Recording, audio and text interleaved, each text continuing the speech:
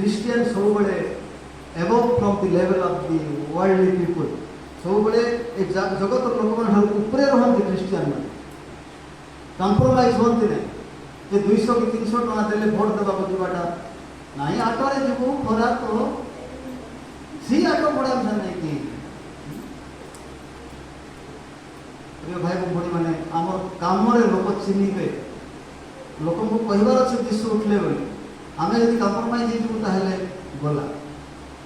ଆଉ ତୁମେମାନେ ଶୀଘ୍ର ଯାଇ ତାହାଙ୍କ ଶିଷ୍ୟମାନଙ୍କୁ କୁହ ସେ ମୃତମାନଙ୍କ ମଧ୍ୟରୁ ଉଠି ଅଛନ୍ତି ପୁଣି ଦେଖ କ'ଣ କହିବେ ଶିଷ୍ୟମାନେ ଯାଇକରି ଏ ଭଉଣୀମାନେ ମା' ମାନେ ଯଦି ଯାଇଥିଲେ ମରିୟମ ସାଲୋମୀ ସେମାନେ କ'ଣ କହିବେ ଶିଷ୍ୟମାନଙ୍କୁ ସେ ବା ଯୀଶୁ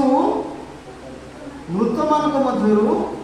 ଉଠି ଅଛନ୍ତି ଏଇଟା କହିବାକୁ ପଡ଼ିବ ଯାଇକରି କାହାକୁ କହିବେ ଶିଷ୍ୟମାନଙ୍କୁ କହିବେ ଦେଖନ୍ତୁ ଏ ଶିଷ୍ୟମାନେ କେମିତି ଗଧ ଯାକ କେମିତି ବୁଝିପାରୁନଥିଲେ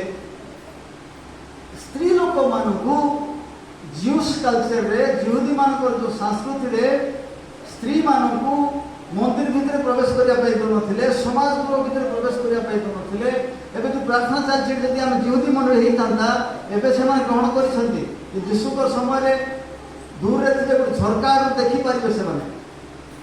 ଆଉ ଯୀଶୁଖ୍ରୀଷ୍ଟ ସେ ପରମ୍ପରା ଭାଙ୍ଗିଦେଲେ ସ୍ୱର୍ଗ ସେଇ ପରମ୍ପରା ଭାଙ୍ଗିଦେଲା ପିତା ପରମେଶ୍ୱର ସେଇ ପରମ୍ପରା ଭାଙ୍ଗିଦେଲେ ଆଉ ଯୀଶୁ ବଞ୍ଚିଥିବା ସମୟରେ ମଧ୍ୟ ସେ ସମୟଣିଆ ସ୍ତ୍ରୀକୁ ପଠାଇଥିଲେ ପାପିନୀ ସ୍ତ୍ରୀ 5ଟା ସ୍ୱାମୀ 6ଟା ସ୍ୱାମୀ ସେ ପ୍ରଚାର କଲା ଲୋକମାନଙ୍କୁ ଡାକି ଆଣିଲା ଆଉ ଏଇଠି ମଧ୍ୟ ସ୍ତ୍ରୀମାନଙ୍କୁ ପ୍ରଥମ ସ୍ଥାନ ଦିଆହେଇଛି ତମେ ଯାଅ ଆହୁରି ପ୍ରେରିତ ଅଭିଷିକ୍ତ ପ୍ରେରିତମାନଙ୍କୁ ଶିଷ୍ୟମାନେ ଯାଇ କୁହ ଯେ ଯୀଶୁ ଉଠି ଅଛନ୍ତି ଆମେ ଅଧିକାରଟା ମହିଳାମାନଙ୍କୁ ମିଳିଲା ଏମାନେ ପ୍ରେରିତ ନୁହନ୍ତି 12 ଜଣ ପ୍ରଭୁ ପ୍ରେରିତ ବୋଲି ନାମ ଦେଇଥିଲେ ଅଭିଷେକ କରିଥିଲେ ମହିଳାମାନେ ସାଧାରଣ ମହିଳାମାନେ କିନ୍ତୁ ତାଙ୍କର ଆଗ୍ରହ ତାଙ୍କର ଉଦ୍ୟୋଗ ତାଙ୍କର ବିଶ୍ୱାସ ଏତେ ଭୟଙ୍କର ଥିଲା ସେମାନେ ଖବର ପଦା ଆସିଲେ ସେମାନଙ୍କୁ କୁହାଗଲା ତମେ ଯାଇ ପ୍ରଚାର କର ତମେ ଏ ଖବର ଦିଅ ସ୍ୱର୍ଗ ଏବେ ଘୋଷଣା କରିବା ପାଇଁ କହିଲେ ଆମ ସମସ୍ତଙ୍କୁ ମଧ୍ୟ